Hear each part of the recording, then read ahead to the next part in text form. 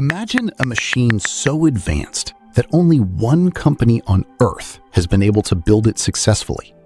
A machine that determines who leads the global AI race, who manufactures the world's fastest processors, and who controls the future of technology. For years, that machine came from just one company in the Netherlands, ASML. Without ASML's extreme ultraviolet, or EUV lithography systems, companies like TSMC, Samsung, and Intel simply couldn't manufacture the most advanced chips powering AI, smartphones, military systems, and data centers. But something unexpected is happening. Reports suggest that China has developed its own domestic EUV prototype after years of restrictions, sanctions, and export controls. If true, this could become one of the biggest technological breakthroughs in modern history. But here's the real question. Did China actually catch up with ASML? Or is this massive prototype only the beginning of a much longer journey? Today, we're breaking down the engineering, the science, the challenges, and the global impact behind China's most ambitious semiconductor project. Before we understand China's new machine, we first need to understand why the entire world is obsessed with EUV technology. Every modern electronic device contains billions of tiny transistors. Your smartphone, gaming console, electric vehicle, and even artificial intelligence servers all depend on these microscopic switches. The smaller these transistors become, the faster the chip performs, while using less electricity. For decades, chip manufacturers have been shrinking these circuits again and again, from 90 nanometers to 45 to 14 to 7, and now approaching just a few nanometers. But making circuits this tiny isn't simply about building better factories. It requires an entirely different way of printing chips. Think of semiconductor manufacturing like printing a newspaper. Instead of ink, the machine uses light. Instead of paper, it prints patterns onto silicon wafers. As engineers wanted smaller circuits, they needed shorter wavelengths of light. Eventually, older deep ultraviolet systems reached their physical limits. That's when the semiconductor industry developed something revolutionary: extreme ultraviolet lithography, known simply as EUV. Unlike previous generations, EUV uses an incredibly short wavelength that allows manufacturers to create features only a few nanometers wide. Without this technology, modern AI processors wouldn't exist. High-performance graphics cards wouldn't exist. And many of today's flagship smartphones wouldn't exist either. That's why people often call EUV machines the world's most complicated manufacturing systems. Building one isn't like assembling a computer. It's more like combining physics, optics, vacuum engineering, laser science, robotics, software, material science, and atomic precision into one gigantic machine. Every single subsystem must work perfectly. If even one component fails, the entire manufacturing process stops. This complexity explains why, for years, only one company managed to commercialize EUV successfully. And that company became one of the most strategically important businesses on Earth. But then, geopolitics changed everything. Over the past several years, advanced semiconductor technology has become more than just business. It has become a matter of national security. Governments around the world started viewing advanced chips as strategic assets. Artificial intelligence, military technology, supercomputers, space exploration, and next-generation communications all depend on increasingly powerful semiconductors. export restrictions expanded, China faced growing difficulty obtaining the world's most advanced lithography equipment. Instead of waiting, China dramatically increased investment in domestic semiconductor research. Universities, research institutes, state-owned companies, and private manufacturers all began working toward the same goal: to develop technologies that previously depended on foreign suppliers. It wasn't going to be easy, because building an EUV machine means solving thousands of engineering problems, many of which took decades for the global industry to overcome. And that's where China's biggest challenge truly began. So, why is building an EUV machine considered one of the hardest engineering projects ever attempted? The answer begins with something surprisingly simple: light. Every lithography machine uses light to print microscopic circuit patterns onto a silicon wafer. But as transistors became smaller and smaller, older wavelengths simply couldn't produce enough detail. Engineers needed an entirely different type of light, a wavelength of just 13.5 nanometers, known as extreme ultraviolet light. There's only one problem. No company can simply buy a laser that naturally produces this wavelength. It has to be created through an incredibly complex process. Imagine trying to hit a grain of sand, moving at incredible speed, tens of thousands of times every second, without missing. That gives you an idea of the precision required. Inside an EUV machine, tiny droplets of molten tin are generated continuously. Powerful laser pulses strike those droplets with extraordinary accuracy. For an instant, the tin transforms into an extremely hot plasma. That plasma emits the precious 13.5 nanometer EUV light needed to manufacture advanced chips. The entire sequence happens thousands of times every second. If the timing is even slightly off, the light becomes unstable. And without stable light, chip production becomes impossible. This is one reason why engineers spent decades perfecting the technology. Many people assume China's strategy was straightforward: copy the existing machine. Reality is much more complicated. Modern EUV systems contain thousands of specialized components developed over decades. Simply copying one part doesn't recreate the experience required to make every subsystem work together. Instead, Chinese researchers appear to have explored multiple engineering approaches while developing domestic prototypes. Rather than relying on a single solution, different research teams focused on solving different technical problems simultaneously. Some worked on plasma generation. Others focused on optics, vacuum systems, precision mechanics, and control software. This parallel development strategy allowed multiple ideas to evolve at the same time.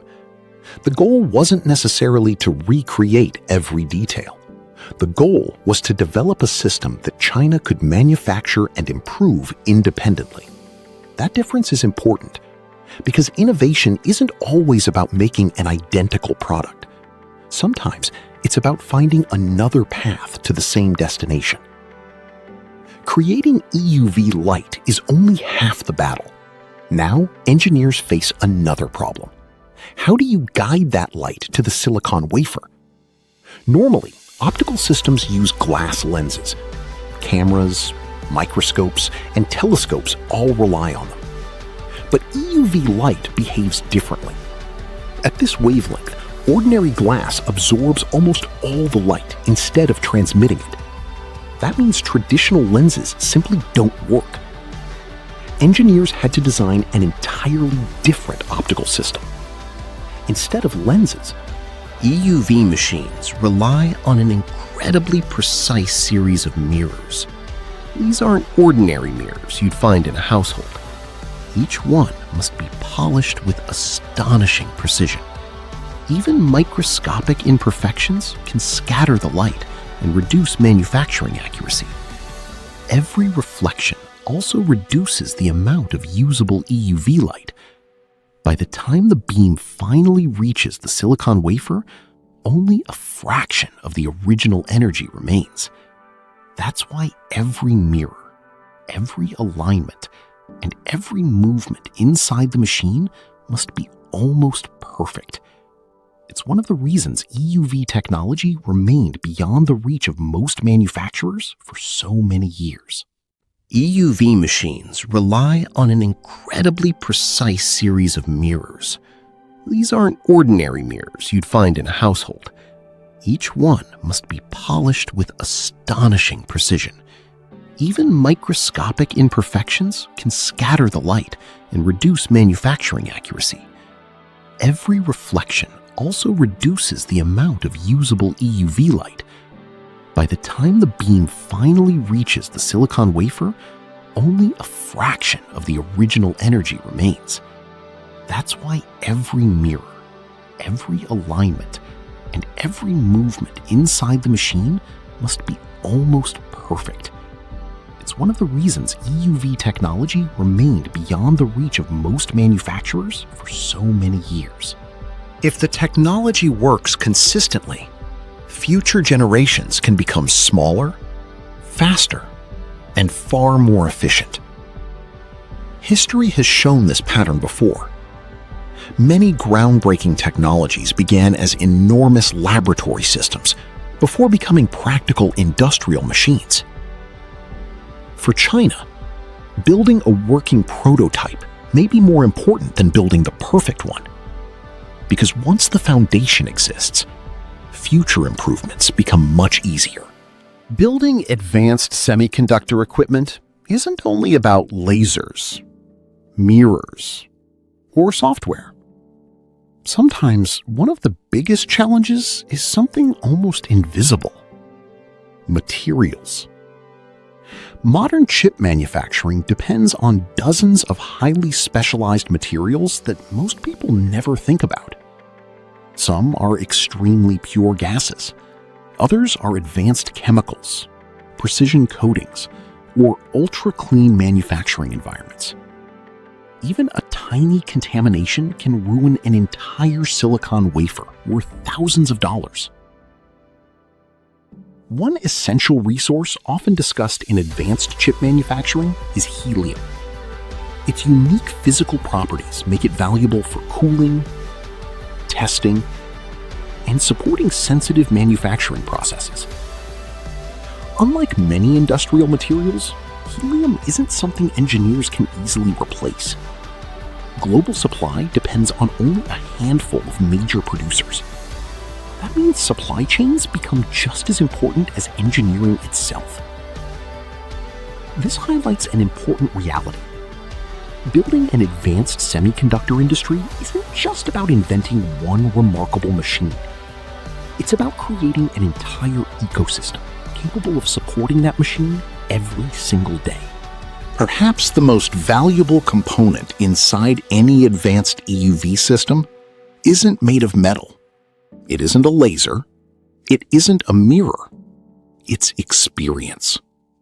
Thousands of engineers around the world have spent decades solving problems that were never written in textbooks.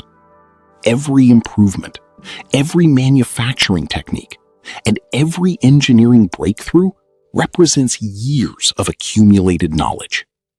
Recognizing this, China invested heavily in education, research laboratories, universities, and semiconductor talent. Research institutions expanded. New engineering programs were created. Companies increased investment in advanced manufacturing technologies. Rather than depending on a single breakthrough, multiple teams worked on different challenges simultaneously. Some focused on optics. Others developed plasma systems. Some specialized in precision manufacturing. Others improved software and automation. This approach spreads risk, while accelerating innovation across multiple areas at the same time. Whether these efforts ultimately match the world's most advanced commercial systems remains an open question. But one thing is already clear. The competition is no longer about building one machine. It's about building an entire technological ecosystem capable of sustaining future generations of innovation. After years of research, billions of dollars in investment, and thousands of engineers working toward the same goal, the question remains: has China finally caught up? The honest answer is not yet. Building a working prototype is an extraordinary achievement. But transforming that prototype into a reliable commercial machine is an entirely different challenge. A production EUV system must operate continuously, day after day, inside one of the world's most advanced semiconductor factories. Every laser pulse, every mirror, every robotic movement must perform with near-perfect precision. If even one subsystem fails, production slows, costs increase, and millions of dollars can be lost. That's why developing the first prototype is only the beginning. History shows that turning revolutionary technology into mass production often takes many years of testing, optimization, and continuous engineering improvements. China has crossed an important milestone. But the road toward large-scale commercial manufacturing is still long. This story is much bigger than one machine. It's about the future of global technology. Advanced chips power artificial intelligence, cloud computing, electric vehicles, medical equipment, supercomputers, and next-generation communication systems. Every major technology company depends on increasingly powerful semiconductors. As more countries invest in domestic chip manufacturing, competition is accelerating across the entire industry. Greater competition could drive faster innovation, increase manufacturing capacity, and reduce dependence on a single supplier. At the same time, it also raises new economic, strategic, and technological challenges. The race is no longer just about making smaller chips. It's about who controls the technologies that will define the next generation of computing. The story of China's EUV project isn't really about copying one machine.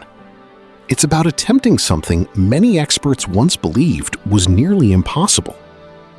Whether China ultimately succeeds or continues refining its technology for years to come, one thing is already clear. The global semiconductor industry is entering a new era. An era where innovation is becoming more competitive, more strategic, and more important than ever before. Because in today's world, the countries that build the most advanced chips will also help shape the future of artificial intelligence, scientific research, space exploration, and the global digital economy. The next chapter of the chip race has already begun, and the outcome could influence technology for decades to come. If you enjoyed this documentary, don't forget to like the video, subscribe to the channel, and turn on notifications so you never miss our next deep dive into the world's most important technologies. Thanks for watching, and we'll see you in the next video.